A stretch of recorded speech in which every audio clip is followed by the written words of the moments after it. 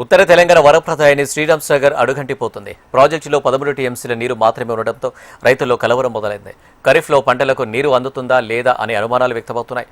18 లక్షల ఎకరాల ఆయకట్టు సాగుపై నీలి నీడలు అలుముకున్నాయి.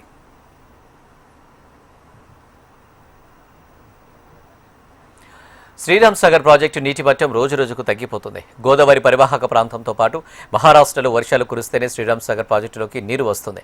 ఈ ప్రాంతం రైతాంగమంతా వరుణుడిపైనే భారం వేసి ఆకాశం వైపు ఎదురు చూస్తున్నారు. ఇక జూలై 1న బాబ్లీ గేట్లు తెరిచే అవకాశం ఉంది. అయితే బాబ్లీ ప్రాజెక్టులోని ప్రస్తుతం నీటిని నిల్వలు అంతంత మాత్రంగానే ఉన్నాయి. ఇక మహారాష్ట్రలోని విష్ణుపురి ఇతర ప్రాజెక్టులు నిండి ఇక్కడ వర్షాలు కురిస్తే తప్ప శ్రీరామ్ సాగర్ ప్రాజెక్టు నిండే పరిస్థితి కనిపించడం లేదు.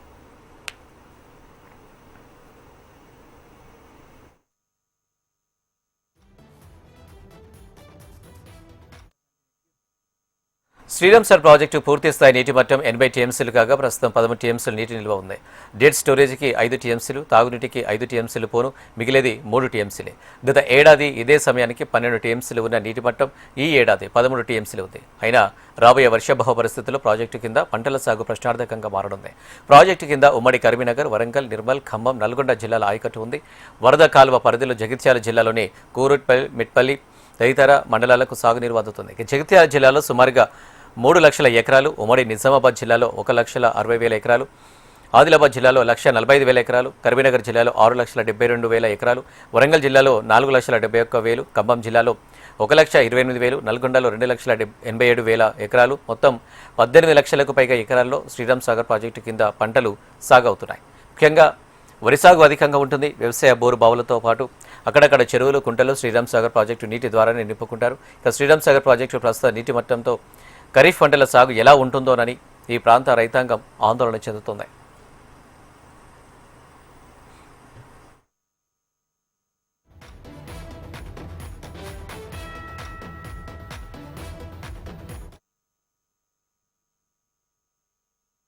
శ్రీరామ్ సాగర్ ప్రాజెక్టు వాటర్ బాగా తక్కువైంది కాబట్టి ఇబ్బంది అవుతుంది. బోర్లల్లో వాటర్ లేవు.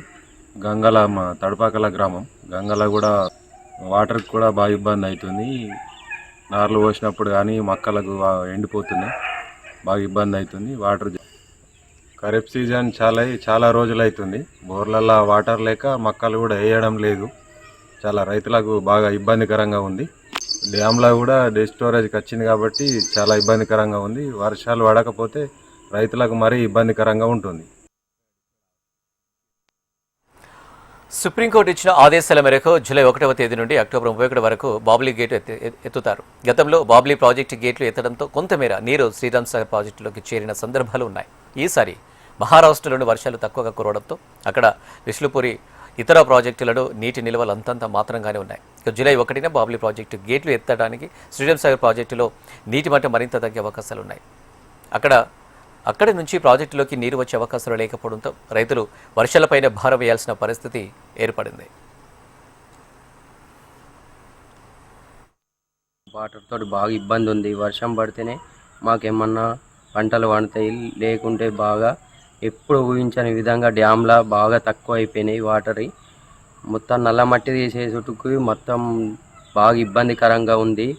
డ్యామ్లా పూడికలు తీయకపోవడం వల్లనే మొత్తం వాటర్ మొత్తం ఇనుక్కపోయినాయి. మాకు బోల్డర్లో కూడా గ్రౌండ్ వాటర్ మొత్తం తగ్గిపోయింది.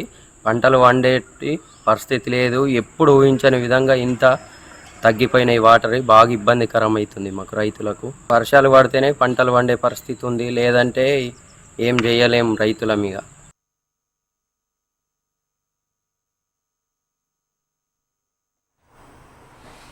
రైతులు వర్షాలపైనే ఆశలు పెట్టుకున్నారు. వారం 10 రోజుల్లో సాగు పనులు ముమ్మరం కానున్నాయి.